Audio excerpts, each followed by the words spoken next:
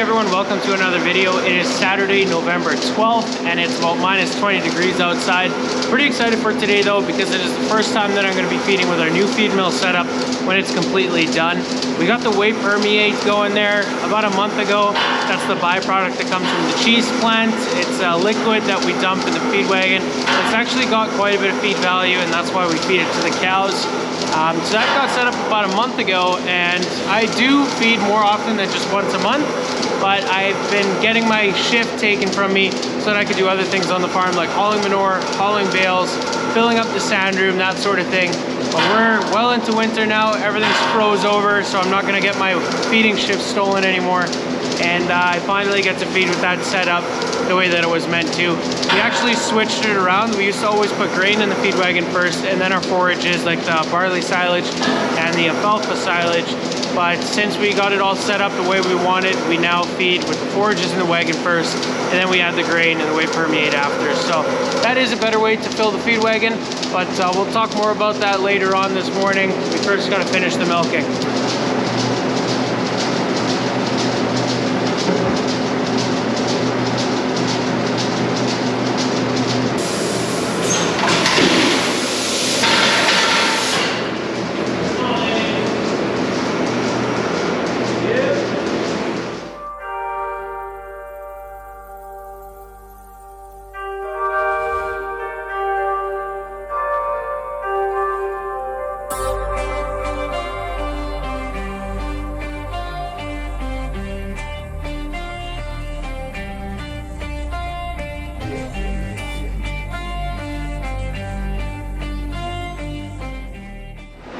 We finished milking. I'm gonna start feeding cows now, and the first load is right on the other side of that door for the milk cows.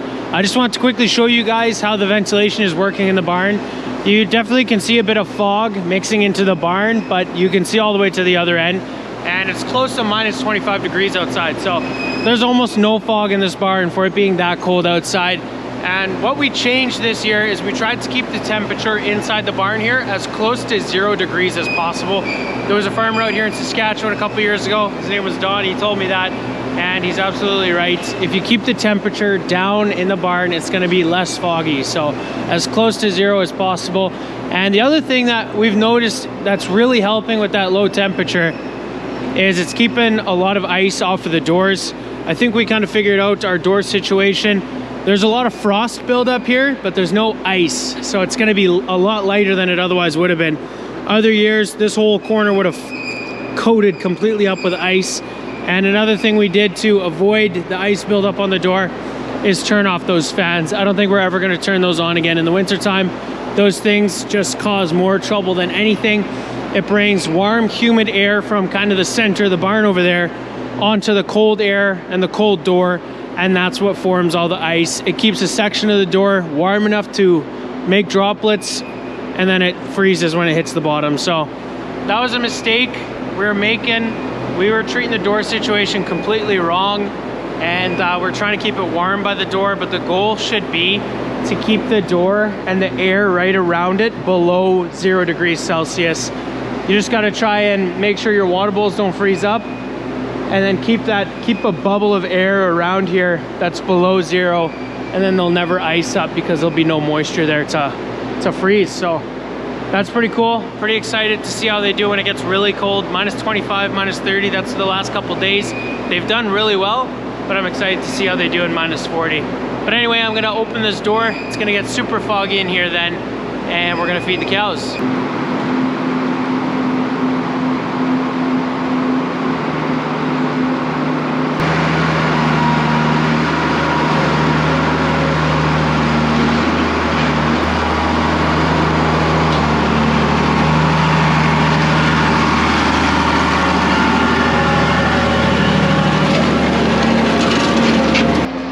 So yeah, that's the barn after I drove through it. Opening up the doors always makes everything super foggy.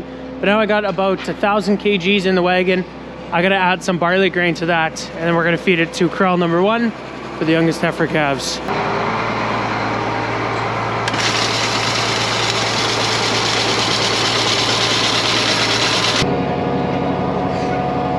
So that's the first corral we're giving feed to, the youngest heifers in the corral.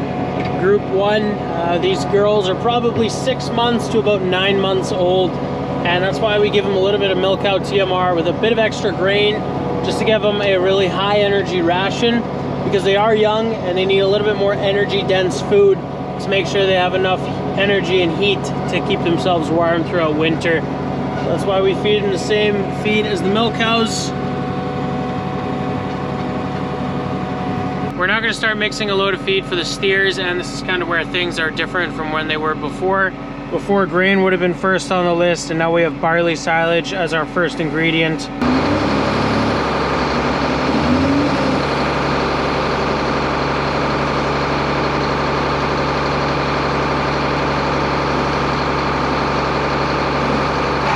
Got the forages in the wagon for the steers, now we go to the feed mill.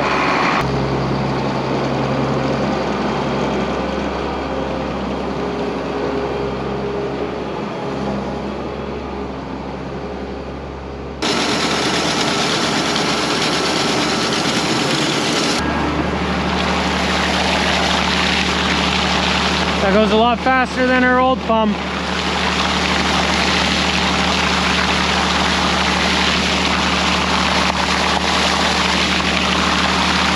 It's the steer batch. Pretty easy to make a load now. Before, you had to go to our separate weigh tank. Our barley grain and the beef supplement were in 2 separate bins, 2 separate locations, so you had to move twice for those. And then you had to add the forages as well. Now it's barley grain, whey permeate, beef supplement, all in one stop, and then you got your forages in the next stop. So definitely saving a bit of time there.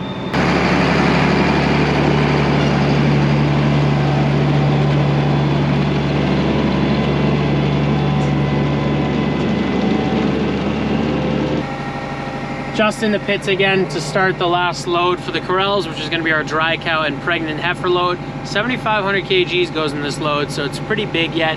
And then after that, we'll finish feeding off with our last milk cow load.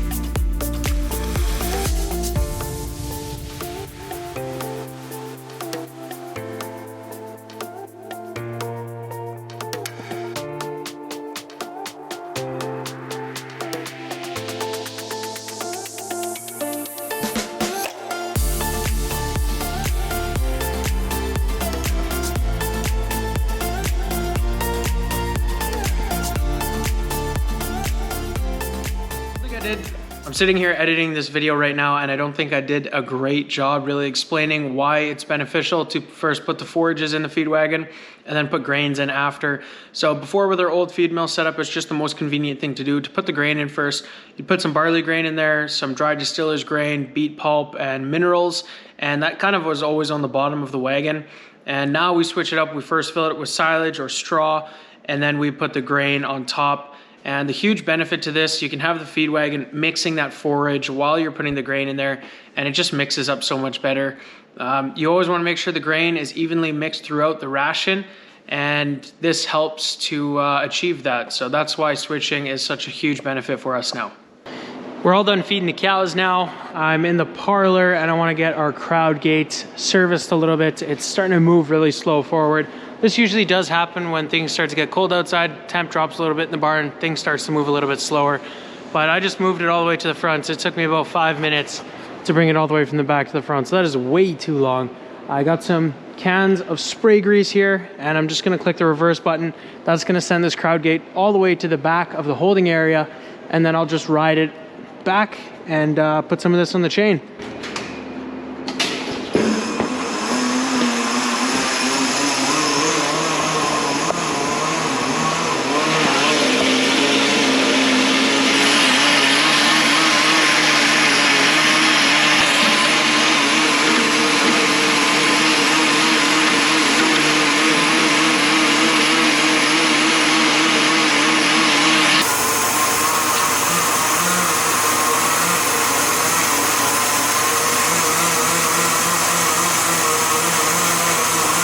Well guys, about 3 cans of grease later, we got that crowd gate finished. We're also finished the morning shift, so that's awesome. That's gonna bring us to the end of today's video.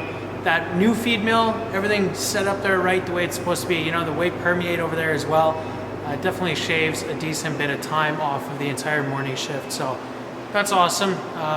It's not enough to maybe pay for the entire thing yet, but definitely helps to speed things up every single morning in that day-to-day operations. So I hope you guys enjoyed today's video. If you did, be sure to hit those like and subscribe buttons down below, and I hope to see you guys in the next video.